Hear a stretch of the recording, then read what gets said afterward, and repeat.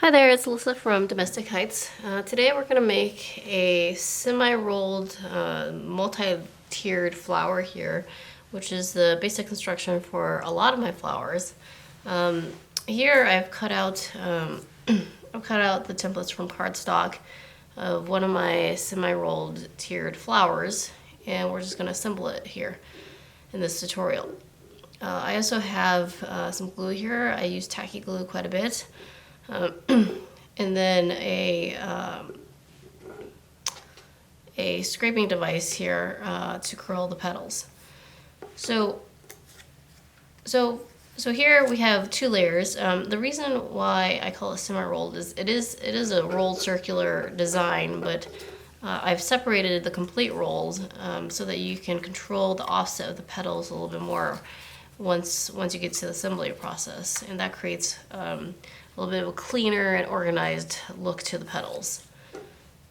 So first we just want to curl the petals. So you can curl them outwards, you can curl them inwards, you can curl one layer outwards and one layer inwards, but today I'm just going to curl them outwards. So if you don't have this handy dandy scraping device, which I think I got from a transfer paper pack, you can also use just any sort of straight edge like credit card, which most people have one these days, so this shouldn't deter you from curling your petals. So after curling them, the first thing I want to do is glue each loop together. So I created an extra little tab in each template where you can put the glue. And the one thing with tacky glue is it just takes a moment to dry or sort of do that initial stick. So you might want to hold it in place for a few seconds. I also like to use a hot glue gun sometimes, but I tend to burn myself with the hot glue gun, so I just use tacky glue when So if this happens and you're getting a little impatient, you can always just add a little paper clip.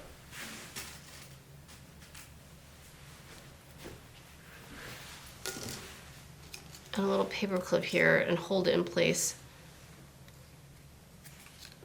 Hold it in place while it dries.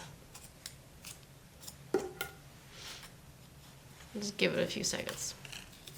So I also have included in the vase a base little disc.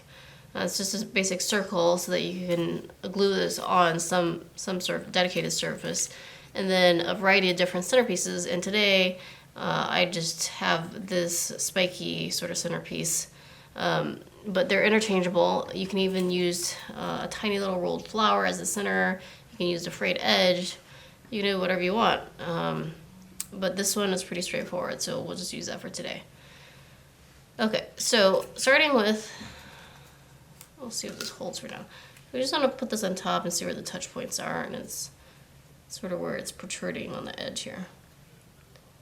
You don't have to use this base, but I find for various paper flower art projects that if you're going to add this to, it just creates a more even surface to glue and secure the paper flower.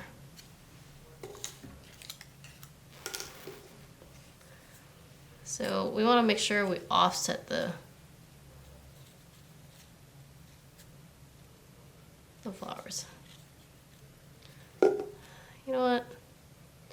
I probably should have curled these inwards. I think it actually looks quite nice inwards, but that's okay. We'll do that for the next flower. Okay. Here you go.